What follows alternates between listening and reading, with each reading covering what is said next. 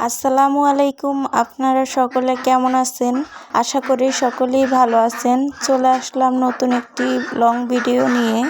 রেসিপিটি হচ্ছে ইলিশ মাছ দিয়ে মৌলবি কচুর ডগার রান্না। প্রথমে কচু গাছ থেকে কিছু কচুর ডগা কেটে নিয়েছি। দেখতেই পাচ্ছেন কচু গাছের ডাঁটাগুলা কেটে ধুয়ে নিচ্ছি ভালোভাবে। ধোয়া শেষ। এখন আমি 2টি ইলিশ মাছের মাথা নিয়ে নিচ্ছি। এখানে কচুর ডাঁটাগুলা ধুয়ে সেদ্ধ করার জন্য বসিয়ে দেওয়া হয়েছে। সেদ্ধ হয়ে গেলে পানিটা ঝরিয়ে নেব। এখন মশলাটা কষিয়ে নেওয়া হচ্ছে। এখানে পেঁয়াজ কুচি, আদা রসুন, জিরে বাটা এবং কিছু নারিকেল বাটা দেওয়া হয়েছে। সাথে মাছগুলা দিয়ে কষিয়ে নেওয়া হচ্ছে। এভাবে একবার রান্না করে খেয়ে দেখবেন। কষিয়ে নেওয়া হয়ে গেলে এখন সেদ্ধ করে পানি ঝরিয়ে রাখা কচুর ডাঁটাগুলা দিয়ে মিক্স করে নেব।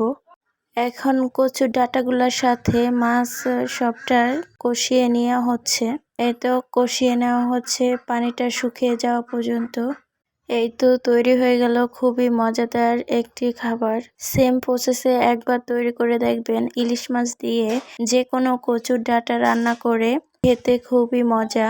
এটার সাথে আর অন্য কিছু প্রয়োজনই হয় না। মজার ছিল। আমাদের বাসায় যারা কচু পছন্দ করে না, খায় না, ও সেদিন খেয়েছিল। ট্রাই করে দেখতেই পারেন। অনেক মজার। ভালো থাকুন। যারা এখনো সাবস্ক্রাইব করেননি চ্যানেলটিকে সাবস্ক্রাইব করার অনুরোধ রইল।